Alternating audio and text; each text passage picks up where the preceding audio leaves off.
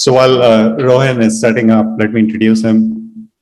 So it's my pleasure to introduce Rohin Parker. Rohin Parker is the co-founder and CEO of Spintly. Spintly is an access control company developing wireless mesh-based solutions for access control solutions. Rohin has a background in RF engineering, and he's worked with many wireless companies such as Motorola, Nokia, and Broadcom. He also has a lot of technology experience in various wireless technologies, whether it's cellular technologies starting from 2G all the way to 5G, Wi-Fi, and Bluetooth. Rohin started Spintly in 2018, and they launched product powered by Bluetooth LE, mesh-based technology. Over the last 1 year, they've been active on support, adding thread support in all of their products. Their Spintly is the latest winner of the Thread Enabler Award. Congratulations, Rohin, and take it away. So thanks for the opportunity to speak at this event. I'm really happy to be presenting to the entire group. And obviously, I'll repeat the same thing in person. And really happy to be recognized for the work which we've done through the award, Thread Group Enabler Award. So I'm going to talk about access control more than building automation. We are an access control company, and we feel that building automation and access control, all the silos are going to come together one day. So hence the topic building automation. A little bit about our company before I jump into access control. So we are an access control company established in 2018. We launched a fully wireless access control solution in 2019. And we started our business in India, started acquiring customers in India.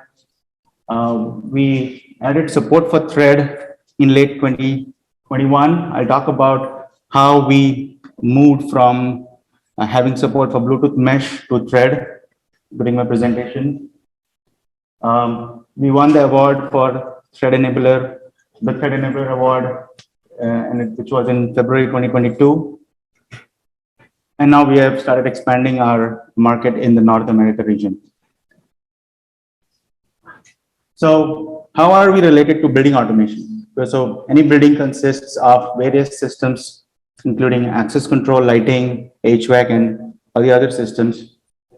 We are focused on access control, majorly focused on smartphone-based door access. That has been our entry point into the market where we are enabling smartphone access. But our key differentiator is the wireless mode of communication between the access control readers. And we believe that in a building, devices, irrespective of their application, they will talk to each other. Right? So whether it's access control readers or lights or temperature sensors.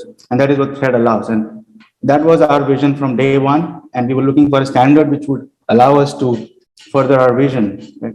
And Thread really came in at the right time for us to jump on the protocol.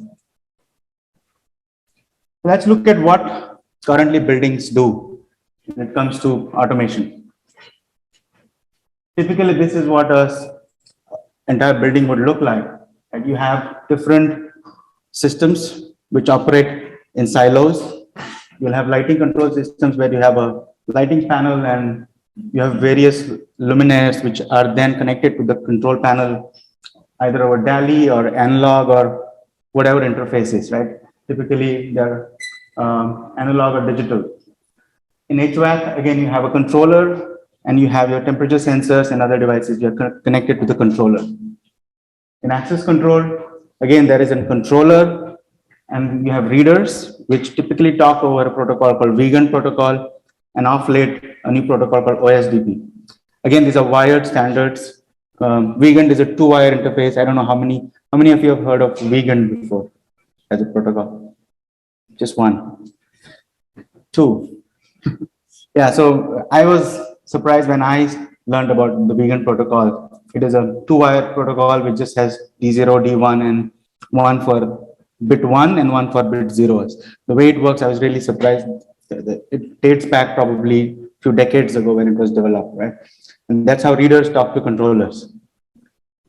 Similar is the situation in fire alarms where you have controllers. So one theme which is common is this, all the systems are central controller based. So that's the common theme. They may have a IP backend from the controller and above, but nothing which goes down up to device level. So devices don't traditionally have an IP address in the old systems, right? So that is what we observed when we entered the market. And what this results in is huge amount of infrastructure in buildings. Room full of controllers. This is just showing access control panels in a building automation room. This is showing fire panels in a building automation room. The amount of space which gets consumed and the amount of wiring which you have to run from these panels to the devices, end devices, is huge. And this keeps going on and on as we build more buildings. And that is the problem we started trying to address just in the access control space. What would make sense if you were to come on a whiteboard and start drawing a brand new system for building automation? What would make sense? And that is what I'm going to put here. We believe that a distributed network of devices would make sense. Devices which could just talk to each other interoperably on the same language.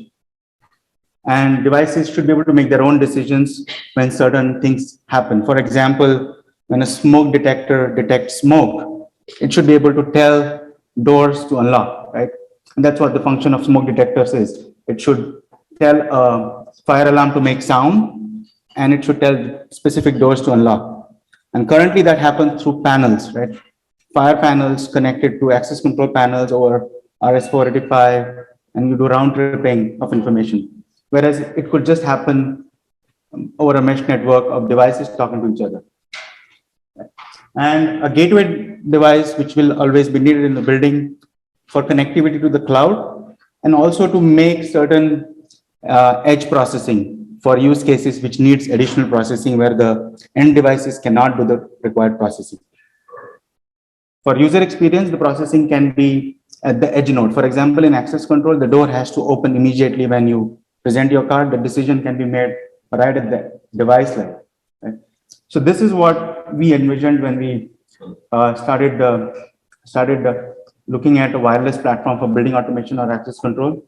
The benefits of such an approach is obviously huge cost savings, because you're not laying down wires, you don't have controllers which are sitting in the building automation rooms, and the labor associated with the wires, right? And they are easy to deploy because these devices will have connectivity which can talk to smartphones. Like it will have Bluetooth connectivity or Thread, which can again do Bluetooth for commissioning purposes. So when you are installing a device, you can use your smartphone to commission it right there instead of going to a building automation room, pulling up a software and trying to provision the devices. So it's much more intuitive to provision such devices. So we started off with this as a concept for building automation, and we applied it to access control. And we started looking at what are the problems in access control. And the access control field had exactly the same problems which are there in building automation. Huge amount of hardware, almost 70% of the cost was going in wiring, controllers, and labor associated with it. Right? And we basically said that this can be a completely distributed system where readers have connectivity right at the device level, and they can do the job of authenticating users right there at the door. And so we built a network of wireless mesh readers which can talk to each other over Bluetooth mesh we started with, and now we added support for Thread for our readers, and a gateway device which connects to the cloud, and a fully web-based cloud-based system for access control. Right? So how did we go about implementing this? So I'll a little bit talk about what traditional access control systems look like and how they work to start with. So this is what a traditional access control in any building looks like. Everybody uses a badge.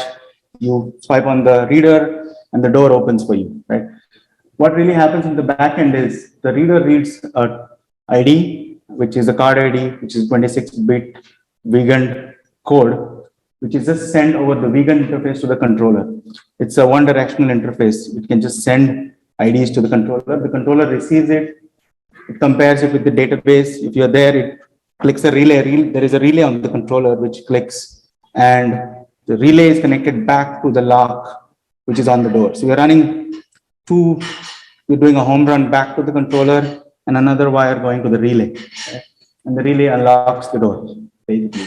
So if you have multiple doors, you're running cables to the controller and back to every door for unlocking the door. Right?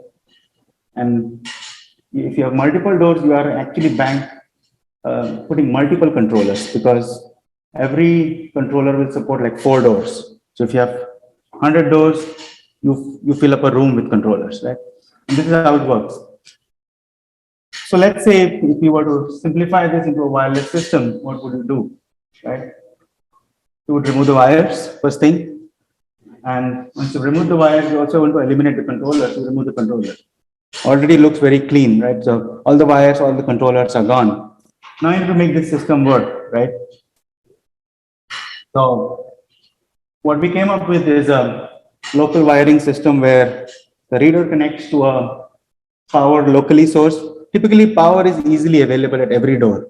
When you have lights, you have power. It's very easy to convert AC down to DC right at the door. It's not a big deal.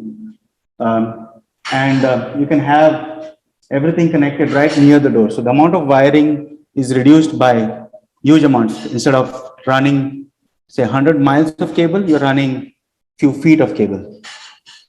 Right? Now, the whole system would work locally here, but now you need connectivity, right? You need to be able to enable permissions on the reader. And that is where the mesh comes in. So we install a gateway device in the building, which can now connect to all the readers over a mesh network. So more the doors, better is the mesh network. And now you can, using a web-based application, just manage your entire access control system. You can also give local control directly at the gateway by opening an interface on the gateway and have a local machine talking to the gateway, or you can do it cloud-based. But what this has done is eliminated a huge amount of hardware and wiring from the buildings.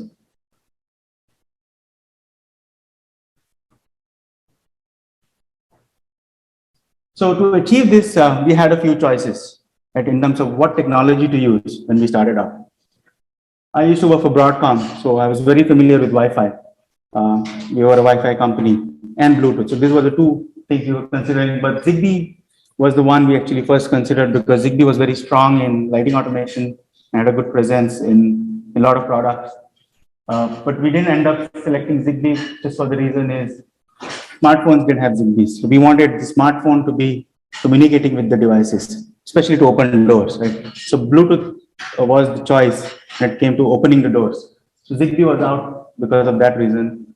Wi-Fi was obviously the obvious choice, because Wi-Fi actually is very easy to develop an application on it. You don't have to figure out anything in terms of the communication layer of it. But the basic problem with Wi-Fi was obviously power. We knew that there would be devices on battery running in access control like door locks, which would need long battery life. So Wi-Fi was not suitable for that. And also when you're doing a large scale building deployment, it's very hard to get on a building Wi-Fi network when it comes to IT. There is a thing between IT and security. IT guys don't like devices coming on their network. Right? So we needed an independent network, which should not be under the IT. Then the last two choices are Bluetooth and Thread. When we started the company, it was 2017, end of 2017, and we couldn't get great resources available at that point of time for Thread to implement a Thread network, and we went with Bluetooth. Now, obviously, maybe I was biased from my Broadcom background on Bluetooth. And so we went with Bluetooth at that point of time. These are the key reasons. We got good libraries from silicon vendors. Bluetooth mesh as a standard was released in November 2017. Smartphones had Bluetooth. That was one of the key things. Smartphones talking to the devices was very key for us. Now Thread does allow to switch between Bluetooth and Thread multi-protocol for some time, but we were not aware at that point of time. And silicon vendors had very good support when it came to implementing Bluetooth mesh. And obviously it met our requirements of low power, mesh, multi-hop, and whatever we needed to do. Until we started scaling, when we started seeing some issues with scaling and interoperability. So here is a comparison from our point of view, what mattered to us between Bluetooth mesh and thread, which led to us considering thread as a protocol for our devices. Bluetooth mesh, although it's a mesh network, it is more focused on smaller networks. You saw that would not scale to thousands of nodes seamlessly. So home automation was a very good market for, very good market for Bluetooth mesh. We see a lot of focus in thread on commercial buildings. Right? IP became a big factor for us. Bluetooth mesh doesn't support IP, whereas thread supports IP, and that allows application layer agnostic behavior for a network. Right? So that's the next point where we don't have to worry about application layers when you have IP connectivity with devices. Anybody can build an application layer just using IP addresses, and that opens up a whole world of interoperability between different software vendors and hardware devices. On the routing side, Bluetooth mesh does manage flooding, whereas thread is a routing network. So when we implemented Bluetooth mesh on a large network, to manage the routing of the packets, we had to write additional layers on top of it. Bluetooth mesh has this concept of time to live and caching, and that's not managed by the mesh protocol itself. You have to manage it yourself depending on the size of the network. So we had to write a lot of layers on top of it so that the network would work and to make sure that the packets really reach the destination. We had to write our own acknowledgement layers to make sure that the packets made it. And what that resulted in increased latency. Right? In a big network, Bluetooth mesh has higher latencies, and that's been observed in our own networks, where packets take few hundreds of milliseconds to make it to the end destination. Whereas with thread, we get pretty consistent latencies for multiple hops, and even irrespective of the payload sizes. And finally, the ecosystem which is there around Bluetooth mesh versus thread. We were betting that Bluetooth mesh really would get an ecosystem which would develop it into an interoperable standard. Whereas, over the last 4 years, thread has done really well in terms of building an ecosystem of companies around it to kind of make it open and interoperable. And I think that is very key for any new product which goes into the market. It needs to become an interoperable standard for access control, right? And that is what we are headed towards. So interoperability is key for us. Now, today, the system is interoperable. The way it is interoperable is using the vegan protocol. Every reader supports vegan. Every controller understands vegan. So when a card is swiped, it sends the 26-bit number, which any controller can recognize. So that's interoperability. And from the controller, it is LAN, right? But if our goal is to reduce the amount of hardware and wiring, the interoperability needs to come between readers and the border router or the gateway device, right? Which means we should be able to deploy readers from different manufacturers and a gateway device from another manufacturer in the same building, and they should just interoperate. Now, this network is a thread network. Obviously, thread is application layer agnostic, but at application layer, there needs to be interoperability, right? So probably I'll have a discussion with few of you guys on the application layer side, where how can readers understand each other when they talk over a wireless mesh network, because we pretty much eliminated the need for vegan here. The card reader understands vegan by themselves, right? So you read ID, it compares right there. You don't have to send vegan anywhere else now. Now you have to understand some other language about how to give permissions to user, how to set up schedules on the door. There is no standard right now for that. Probably that is out of the scope of thread, but probably at an application layer, we have to figure out how to standardize them.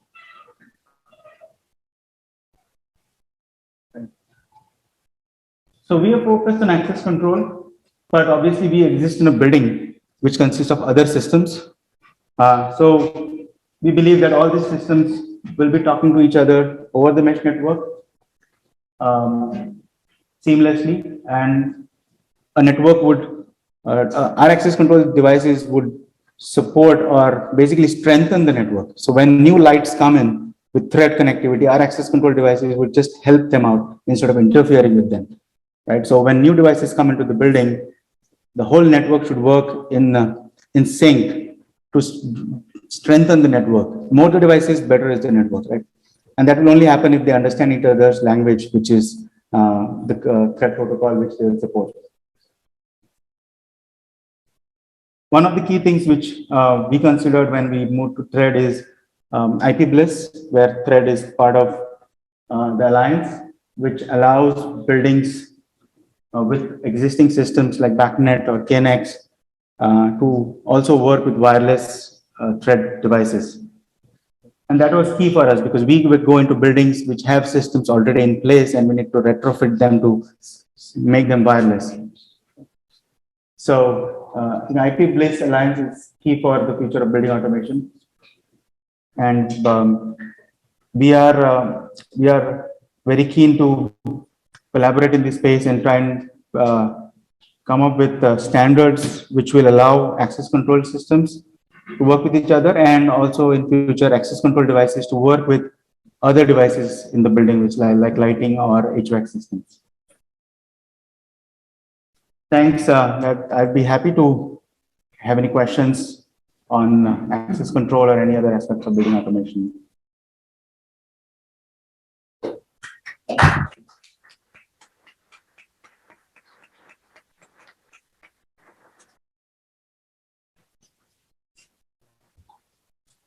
Questions?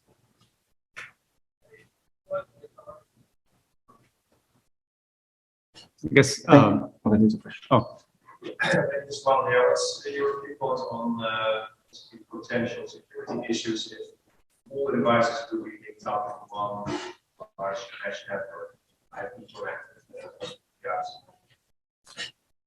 I think the protocol should take care of the security because there are application layer keys, right? So although at the thread layer they are talking with each other, I think they may be running on different application layers.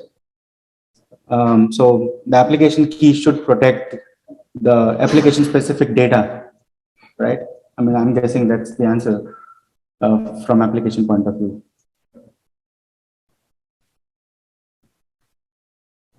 Cool. Yeah, thank you. So Rohin, I guess I had one question. So you went through the process of looking at Bluetooth mesh. Obviously, your initial products were Bluetooth mesh. Can you guys hear me? Okay. I guess at what point, like in terms of scale, can you give us some numbers around at what point you felt like this is you have to add lots of additional capabilities in the protocol to make it reliable? Yeah, so we were doing a deployment of about 150 readers in a building, which is 5 floors over a mesh network. There were customers complaining that we enabled permission on a particular device, door, and the card is not working, right? Mm-hmm. Obviously, the packet did not make it through, and we did not have acknowledgements, our level of acknowledgements implemented at that point of time. It was the mesh acknowledgement which was there. So we then added our own acknowledgement layers, which caused huge latencies for the things to get through the network to the devices. Yeah. Great. Yep. So you had some experience, rolling thread out into those, and can you speak to how it's done? So at this point, thread is not, we have not commercialized the thread products yet. We have demos working. We have done testing of about 40 devices in a network for thread, and we've measured latencies, pretty consistent when it comes to performance. Our rollouts will start in June this year.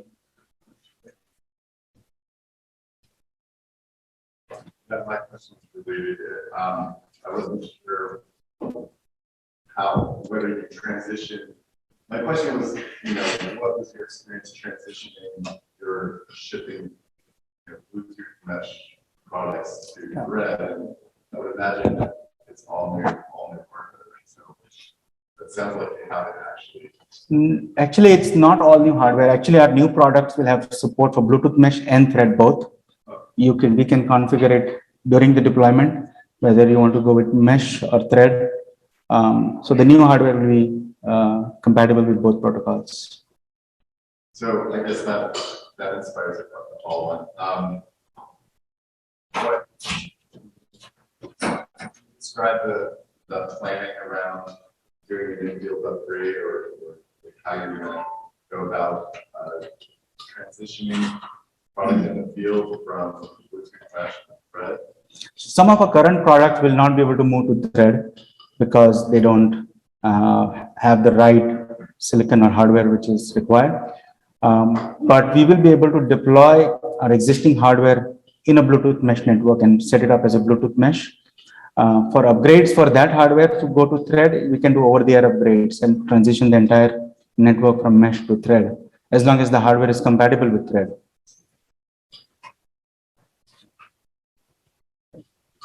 All right. Thank you, Rohin. Thank you very much.